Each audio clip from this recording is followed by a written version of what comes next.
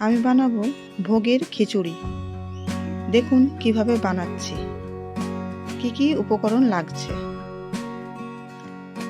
মুগ ডাল, বাদশাভোগ চাল, তেজপাতা, দেখুন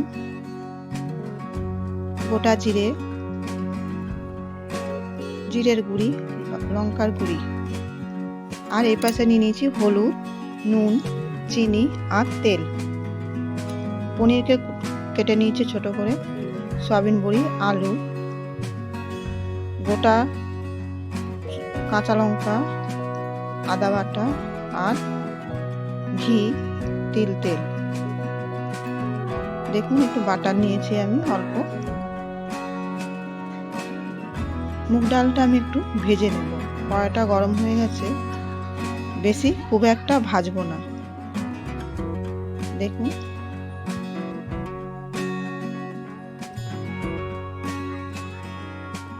বলাটা একটু ভুল হতে পারে, জিনিসগুলো রয়েছে যেগুলো আমি দেব সেগুলো আমি আরেকবার পরপর বলে দেব।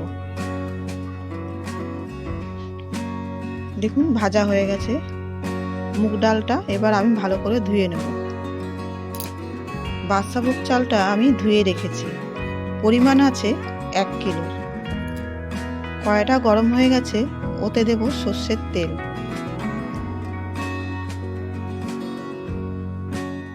আর দেব সামান্য তিল তেল।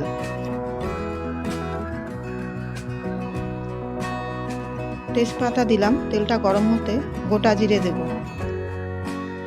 দিয়ে একটু নাড়াচাড়া করে দেখো একটু লাল লাল হয়ে যাবে। দেখুন এরপর আমি দিয়ে দেব আলু যে কেটে রেখেছি সেগুলো।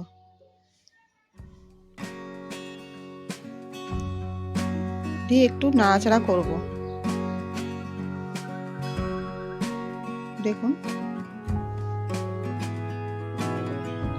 এরকম ভোগ আমি মায়াপুর গেছিলাম, খেয়েছি, খুবই সুন্দর লেগেছে ভোগটা। আমি তাই চেষ্টা করলাম বানাতে, দেখি ওরকম টেস্ট আনতে পারি কি। এর মধ্যে দিয়ে দেব জিরের গুঁড়ি, লঙ্কার গুঁড়ি, কিন্তু টেস্টটা ঠিক ওরকমই আনতে পেরেছি। খুবই সুন্দর হয়েছে খেতে, যেরকম আমরা মায়াপুরের ভোগ খেয়েছিলাম ঠিক সেরকমই ভোগটা হয়েছে। এরপর নুন দেব। আমি কিন্তু একবারে আন্দাজেই পুরো দিয়ে দেব নুনটা। 1 কিলো চাল 1 কিলো ডালের যে আন্দাজে যে নুনটা হয় সেটাই আমি দেব। আমি কিন্তু আর পরে এক্সট্রা নুন দেব না। দেখুন একটু নাড়াচাড়া করে আমার মনে হলো আরেকটু নুনটা লাগবে, তাই আমি আরেকটু সামান্য নুনটা দিয়ে দিলাম। দেখুন এভাবে আমার ভোগ রান্না করে করে অভ্যাস হয়ে গেছে, তাই আমি আন্দাজে দিতে পারলাম। দেখুন এরপর আমি দিয়ে দেব হলুদ গুঁড়ি। দেখুন এর মধ্যে কিন্তু সব 1 কিলোর যে আন্দাজ সেই আন্দাজেই আমি দেব। দেখুন এইভাবে। দেখুন একটু নাড়াচাড়া করব।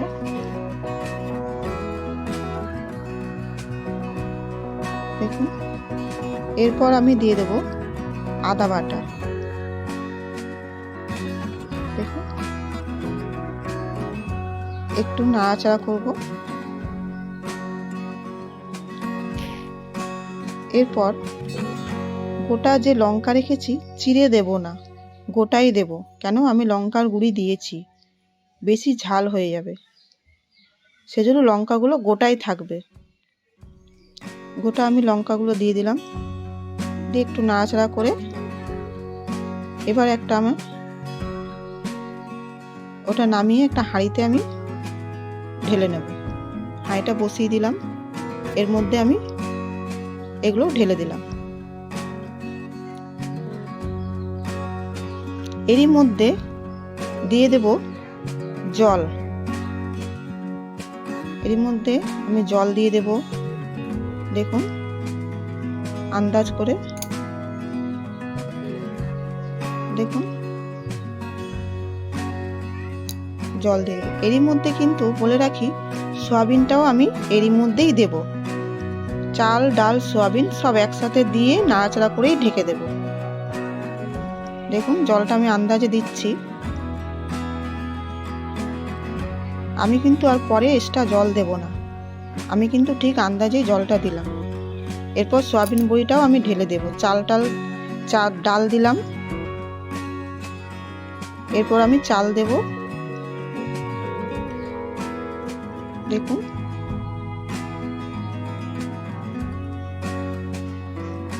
চালটাও আমি দিয়ে দেব। এরই মধ্যে সয়াবিনটাও আমি আবার বলছি, এরই মধ্যে আমি সয়াবিনটাও ঢেলে দেব। দিয়ে নাড়াচাড়া করে আমি একটা ঢাকনা ঢেকে দিলাম। একটু নাড়াচাড়া করব।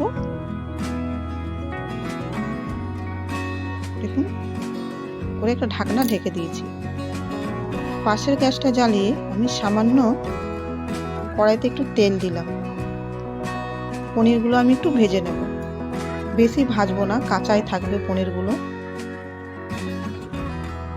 এরই মধ্যে আমি নুন দিয়ে দিলাম।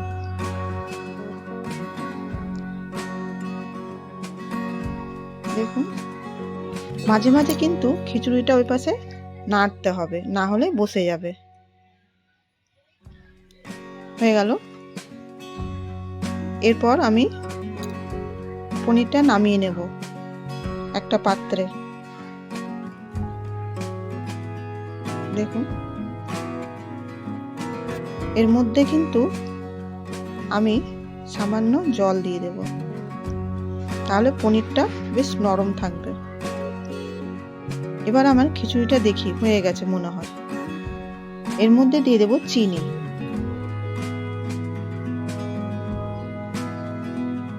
একটু নাড়াচাড়া করে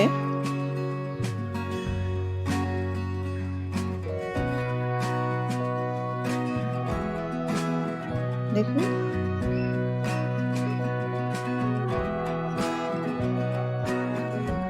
একটু নাড়াচাড়া করে পনিরগুলো আমি দিয়ে দিলাম।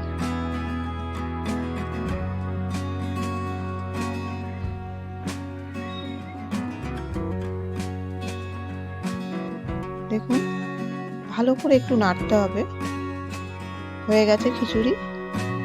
এরপর দেখুন এরপর দিয়ে দেব সামান্য বাটার। সামান্য একটু বাটার দিলাম। তারপরে দিয়ে দেব 1 চামচ ঘি। দেখুন এটা গায়া ঘি আছে। পাশে কিন্তু আমি আলু ভাজছি খিচুড়ির জন্য।